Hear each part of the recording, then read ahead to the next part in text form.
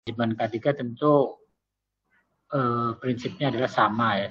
Jadi bagaimana risiko-risiko atau potensi bahaya yang berkaitan dengan penyakit ataupun kecelakaan itu bisa dikendalikan. Nah, cuma memang perbedaannya adalah pada objek atau sasaran dari penerapan manajemen K3 itu sendiri, dan ini perlu diketahui untuk kita sehingga kita tergambar berbagai jenis risiko tadi ya yang ada di berbagai tatanan tempat kerja.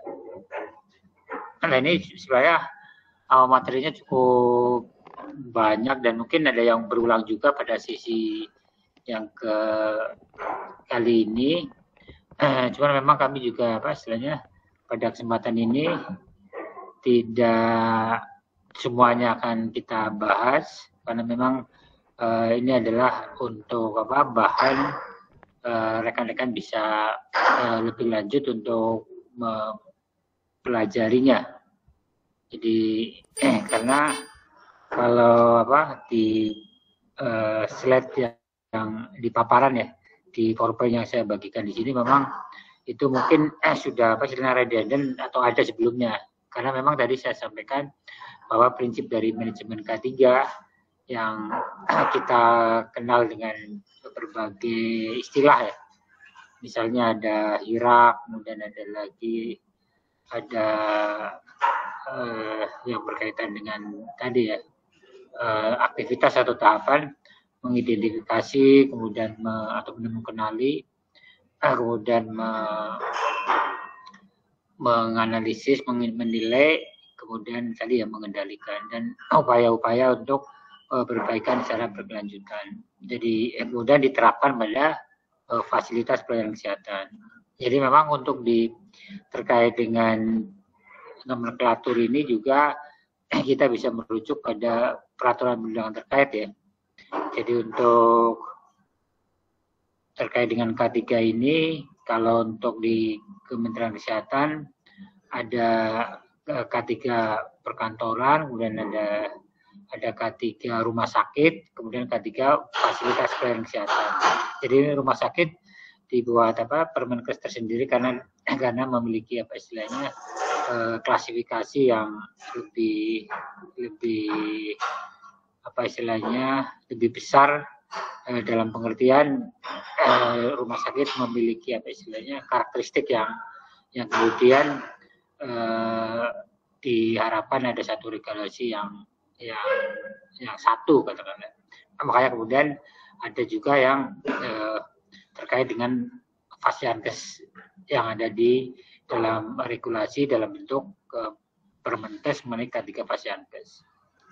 Kemudian memang ini juga mungkin slide ini juga sebelumnya sudah ada, jadi memang ketika kita berbicara mengenai K3 itu kita memotret dari sisi demografi yang kemudian kita bisa mendeskripsikan mengenai pentingnya K3 ini dilihat dari aspek demografi yang memang usia produktif yang di dalamnya pekerja itu jumlahnya cukup banyak. Dan ini harapannya memang kemudian usia produktif itu bisa sehat dan kemudian pada saat lansia juga menjadi smart. Jadi smart itu artinya sehat, mandiri, kemudian aktif dan juga bisa produktif, tidak menjadi beban dari pekerjanya yang ada di rumah. Ini mungkin sebelumnya juga sudah pernah disampaikan, hanya sekedar mengulang saja mengenai mengapa K3 penting. Dan ini sebagai bahan rekan-rekan untuk kemudian nanti bisa digunakan ya. Ini berkaitan dengan tempat kerja yang memiliki beragam karakteristik dan aspek keselamatan menjadi hal penting atau menjadi utama di dalam konteks tempat kerja yang kemudian kita bisa menjustifikasi mengenai pentingnya penerapan K3. Ini berbagai, kalau kita lihat ya memang permasalahan terkait dengan pekerja, di situ ada kaitannya dengan kecelakaan kerja, kemudian juga penyakit, dan penyakit itu ada yang menular dan tidak menular, kemudian ada aspek-aspek lain Misalnya di sini ada kaitannya dengan gizi, kemudian kesehatan reproduksi, dan kaitannya dengan ASI atau air susu ibu dalam pengertian untuk bekerja perempuan itu memang perlu mendapatkan. Dan ini jadi memang ketika kita sebagai petugas K3 tentu melihatnya harus secara komprehensif mengenai program K3 termasuk aspek kesehatannya seperti apa. Dan tentu tergantung dari organisasi kerja yang ada di masing-masing tempat kerja itu. Jadi apakah ada misalnya ada petugas atau pengelola khusus yang menangani kesehatan, atau kemudian nanti termasuk keselamatan, atau bisa digabung oleh satu orang misalnya. Kemudian ada kaitannya dengan aspek gangguan mental, itu juga menjadi bagian masalah. Ini berdasarkan data-data yang ada di riset kesehatan kaitannya dengan K3 ini. Kemudian berkaitan dengan fasilitas pelayanan kesehatan tadi, jadi memang ada persoalan terkait dengan risiko pada petugas kesehatan atau tenaga kesehatan ya, yang kalau saat ini konteksnya adalah pandemi COVID-19 memang jumlahnya cukup besar terkait dengan tenaga yang gugur ya dalam kaitannya dengan COVID. Nah, ini tentu menjadi apa istilahnya mengingatkan kembali kepada kita tentang pentingnya K3 ya, sehingga ketika misalnya ada kaitannya dengan kedaruratan kesehatan masyarakat termasuk penyakit menular tadi yang memang dilihat dari mudah menularnya itu cukup tinggi, itu menjadi permasalahan tersendiri. Ini prinsip dan dasar hukum terkait dengan K3 dalam konteks manajemen K3 tentu bagaimana upaya-upaya promotif preventif itu dilakukan sehingga pekerja menjadi pekerja yang produktif. Ini dasar hukum yang rekan-rekan bisa akses atau pelajari, yang kemudian di situ ada standar-standar dan norma-norma ya untuk penerapan K3. Nah, termasuk secara khusus mengenai manajemen K3 Fasankes itu ada di dalam Peraturan Menteri Kesehatan Nomor 52 Tahun 2016. Itu di situ banyak norma-norma dan juga program kegiatan-kegiatan atau aktivitas yang bisa dilakukan. Nah, ini kaitannya dengan fasilitas kesehatan tingkat primer. Jadi ada Permenkes 27 tahun 2009 mengenai akreditasi puskesmas. Di situ memang dari sisi manajemen secara umum mengenai pelayanan kesehatan, ada juga tentu kalau kita lihat secara detail ada aspek-aspek yang berkaitan dengan K3 Nah, karena kaitannya dengan akreditasi salah satu unsur penunjang atau pendukung adalah untuk bagaimana K3 menjadi bagian dari penyelenggaraan pelayanan di puskesmas. Dan bagaimana kemudian untuk upaya yang secara eksplisit disebutkan bagaimana penyelenggaraan pelayanan kaitannya dengan kesehatan, keselamatan baik pada pasien, petugas, pengunjung, dan lingkungan kerja.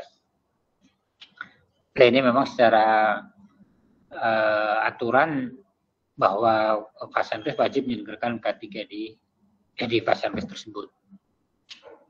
Ini sebagai gambaran kita mengenai bagaimana sih di tataran program pembangunan pemerintahan itu jadi ada kebijakan untuk yang dirumuskan untuk bagaimana agar K3 itu bisa diterapkan dengan baik ya. Jadi ada beberapa kebijakan yang antara lain adalah misalnya bagaimana membangun kelompok usia produktif yang smart tadi dengan menitik beratkan pada promotif preventif ya sesuai dengan ranah yang memang domain yang lebih untuk penerapan K3. Kemudian bagaimana mendorong untuk penyelenggaraan yang bertahap, kemudian terpadu dan berkesinambungan dan penyelenggaraan program yang sesuai dengan standar. Dan ada bagaimana kemudian mendorong adanya peningkatan kapasitas untuk agent of change. Nah, ini memang perlu direplikasi atau diadaptasi ya, disesuaikan dengan situasi yang ada di tempat kerja masing-masing. Dari sisi strategi di situ ada bagaimana kita tentu perlu menjamin kemitraan untuk pemberdayaan masyarakat ya, khususnya masyarakat bekerja. Kemudian bagaimana penguatan manajemen dan layanan kesehatan, upaya untuk bagaimana melakukan advokasi sosialisasi. Advokasi itu artinya bagaimana upaya untuk kita memperoleh dukungan dari manajemen terkait yang program yang kita lakukan. Nah, di dalam advokasi tentu kita menyampaikan urgensi atau kepenting atau data-data ya yang kemudian menjustifikasi mengenai pentingnya program K3.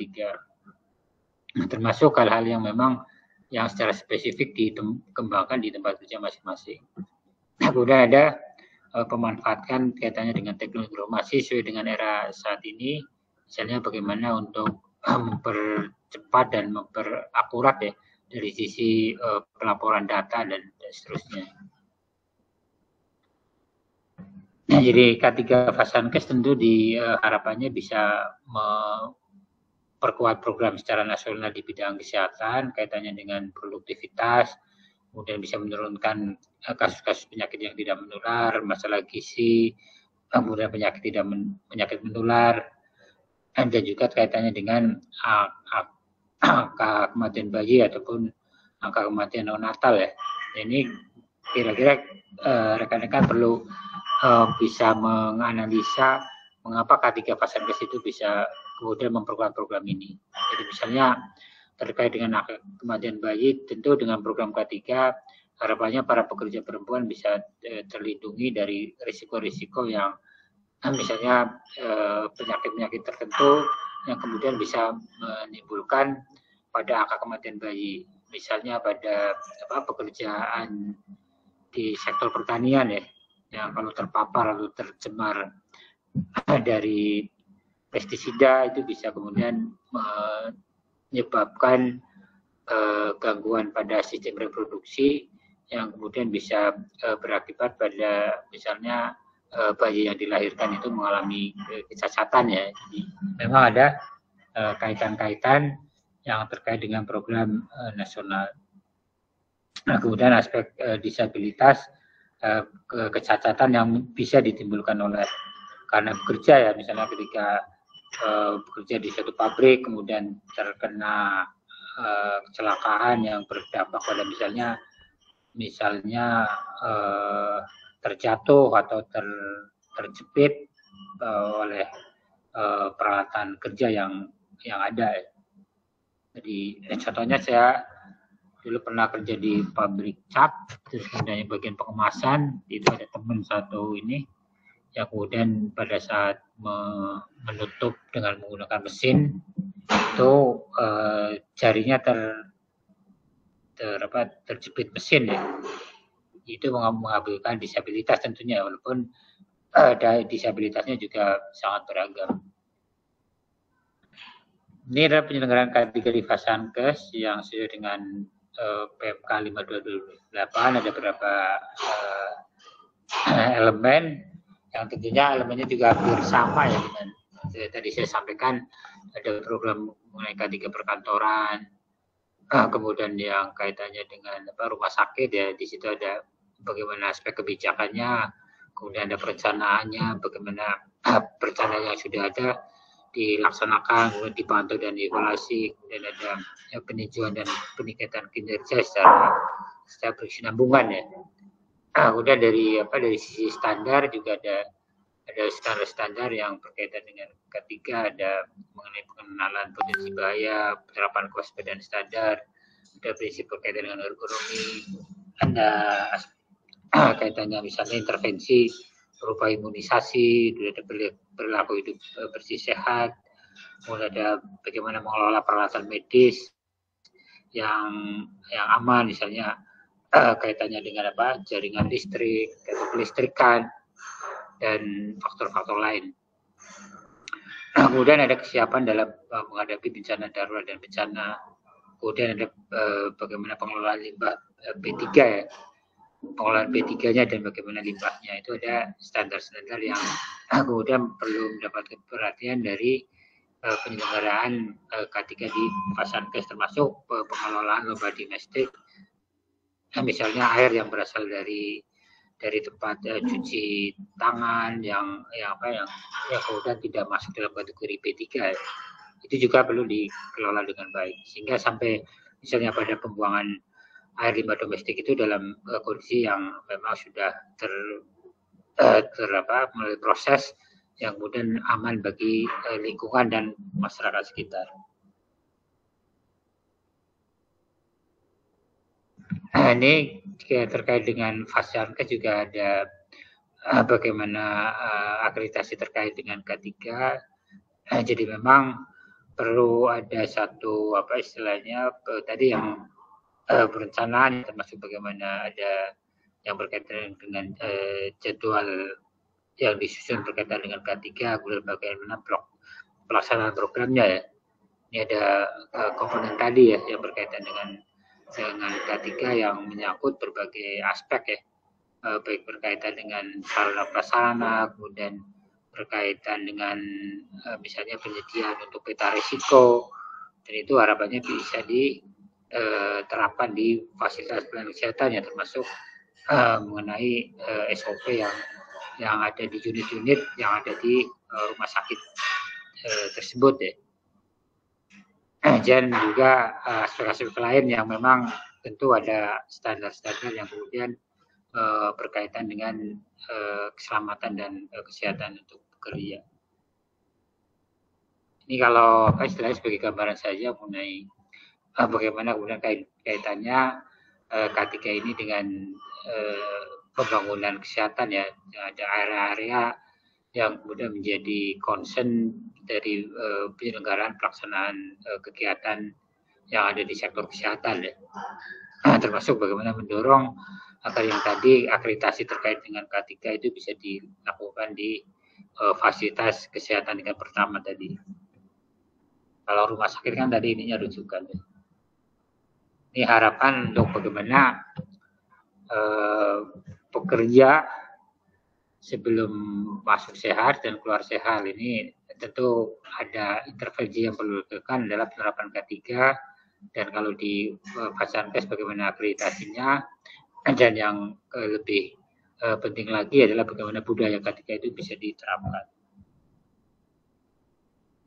Ini gambaran mengenai manajemen K3, artinya secara istilahnya elemen-elemen tadi bisa ditangkap ya berkaitan dengan K3 ini, yang tentunya masing-masing elemen punya istilahnya detail spesifikasi yang memang di situ ada peran aspek keselamatan yang perlu dilakukan misalnya dengan penggunaan alat-alat yang sesuai standar, kemudian proses kerja yang memiliki SOP sehingga keamanan ataupun keselamatan dan aspek kesehatannya bisa diterapkan.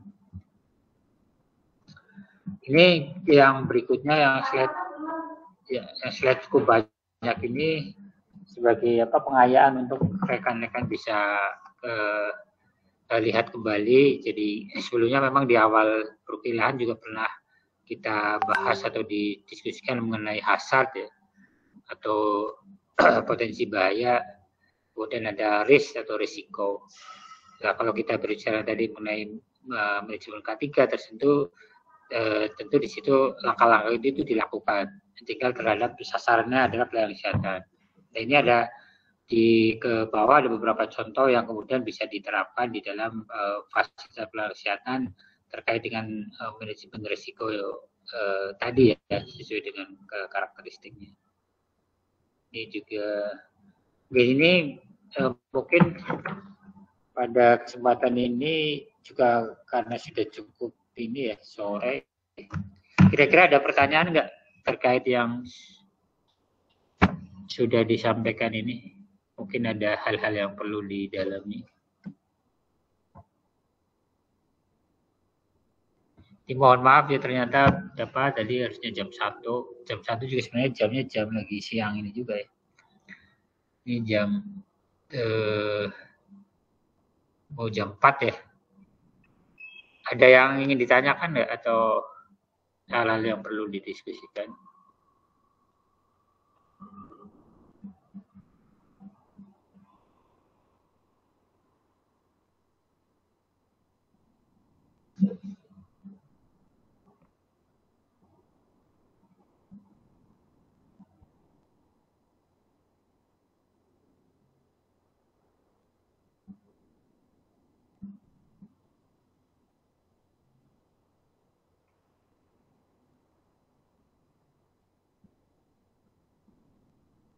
Semua udah dapat materinya ya? Sudah Jadi, Pak, sudah saya share Pak. ya, slide-nya cukup banyak nih. Kemudian tadi ini untuk beberapa sebenarnya sudah ada di sebelumnya. Cuman kalau misalnya redundant atau diulang lagi ya mengingatkan kembali mengenai tadi kalau kita berbicara mengenai K3 ya memang prinsip-prinsip dari manajemen adalah bagaimana tadi ya elemen-elemen itu ada. Itu tentu itu apa istilahnya kalau misalnya saya tempat kerja ada elemen-elemen itu tentu akan mendukung untuk optimalisasi dari pelaksanaan K3. Cuma di sini di beberapa slide yang memang kemudian arahkan untuk yang kaitannya dengan K3. Ini slide ini juga sebenarnya sebelumnya sudah ada ya. Kaitan ini kemudian untuk fasilitas pelayanan kesehatan yang secara spesifik, kalau secara generik ya tadi ya kembali lagi ada bahaya kimia, kemudian ada bahaya fisika, biologi, psikososial, ergonomis, termasuk dari kaitannya dengan kecelakaan kerja. Ini ada fisik, ada beberapa contoh yang sama yang kemudian bisa ada pada fasilitas pelayanan kesehatan ya. Kemudian bagaimana kita membuat semacam matrik contoh-contoh bahaya yang ada untuk di masing-masing lokasi yang berkaitan dengan unit yang ada di K3 ini. Jadi Fasiankes ya, ada farmasi, ada lab, ada gudang farmasi, ada ruang operasi. Ini tentu ada istilahnya posisi bahaya yang berkaitan dengan bahaya kimia. Kemudian ada ergonomi yang di situ selain perkantoran juga ada untuk posisi-posisi tenaga kesehatan yang bekerja dalam posisi misalnya membungkuk, kemudian angkat-angkut, itu tentu ya ada risiko ergonomi ya. Dan walaupun tentu risiko itu bisa dikendalikan atau dicegah dengan berbagai intervensi ya, misalnya kaitannya dengan stretching, kemudian posisi yang baik dan benar ketika duduk, kemudian pengaturan jam kerja dan seterusnya. Ini juga bahaya ergonomi juga ada di beberapa lokasi yang ada di lokasi unit fasilitas kesehatan ya. Dan pekerjaan yang paling berisiko apa yang memang perlu ditangani. Kemudian ada bahaya potensial juga ada, psikososial yang kaitannya dengan yang ada di fasilitas pelayanan kesehatan. Kemudian ada bahaya biologi yang atau biologi ya, misalnya ketika tenaga yang kemudian melakukan pemeriksaan kemudian bisa terpapar misalnya dengan darah gitu ya, itu juga bisa menimbulkan bahaya biologi yang berkaitan dengan misalnya ada virus, ada bakteri dan seterusnya di berbagai lokasi yang ada di fasilitas pelayanan kesehatan. Misalnya di ruang ibu anak ini ada penyakit bahaya biologi, ada bakteri tadi ya, kemudian ada jenis penyakit yang berkaitan dengan rubella dan penyakit lain ya tentu ya. Ya, aspek keselamatannya tentu juga ada yang bisa terjadi, yang bisa timbul di fasilitas pelayanan kesehatan yang cukup banyak memang antara lain adalah tertusuk jarum ya.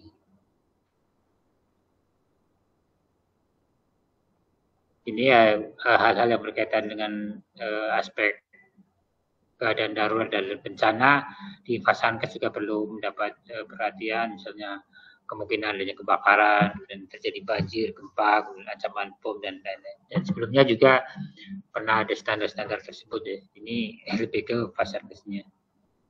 Ini juga udah dibahas. Kemudian ini ada matrik yang bisa kemudian kita dalam mengidentifikasi potensi bahaya yang ada. Ini contoh-contoh yang bisa kita deskripsikan. Tentu untuk setiap jenis Vasankes hampir sama ya.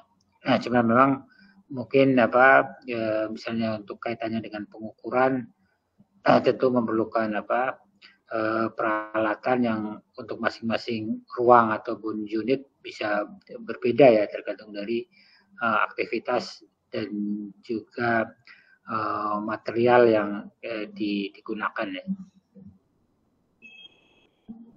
Ini ada potensi di Vasankes di ruang pemeriksaan umum misalnya ya, ada berkaitan dengan fisik, kimia, biologi, ada kecelakaan kerja yang berkaitan dengan kegiatan tadi ya.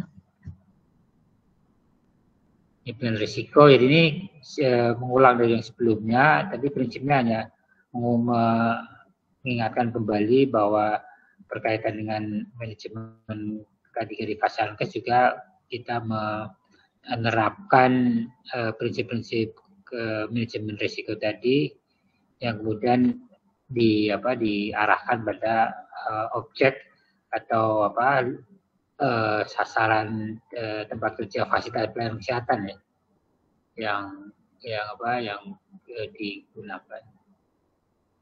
Ini sama sebelumnya pengelolaan risiko, ini lebih ke contoh-contoh.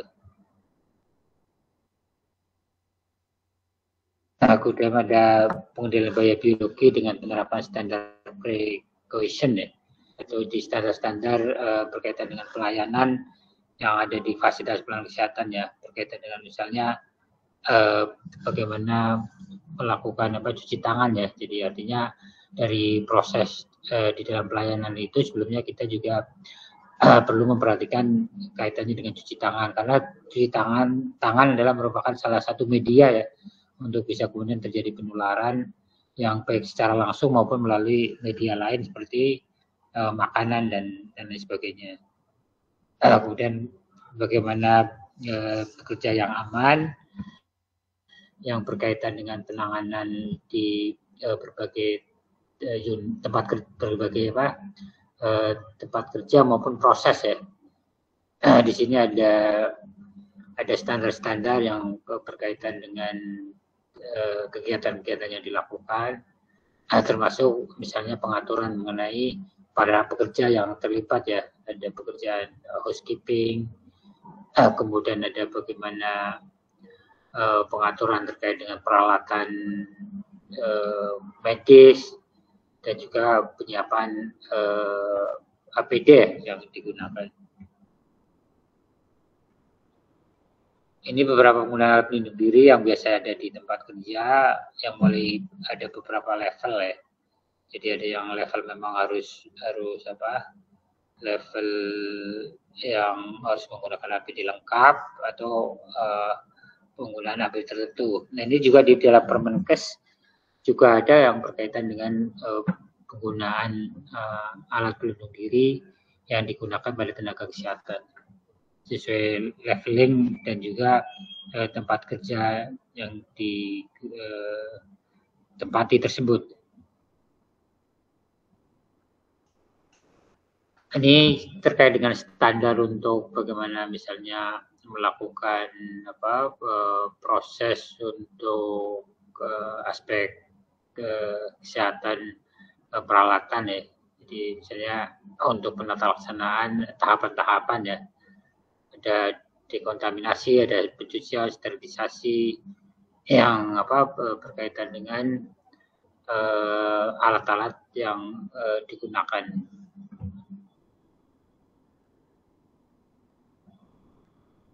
Ini mengenai proses dari peralatan yang kemudian digunakan di fasilitas pelayanan kesehatan sehingga mereka atau alat yang digunakan itu steril ya, yang bisa dilakukan dengan berbagai metode.